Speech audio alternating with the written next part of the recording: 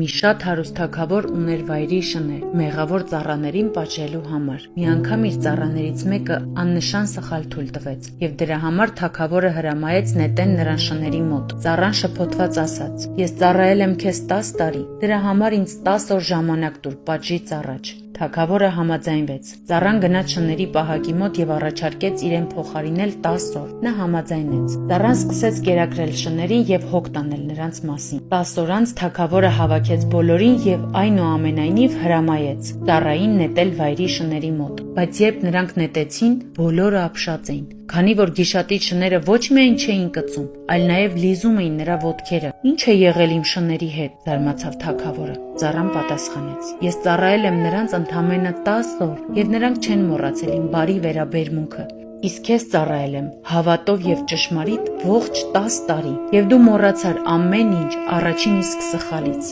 Իմաստը, մեկին մի փոքր բան տաս, կհիշի հավերժ, մեկին էլ կյանքդ կտաս, նա չի էլ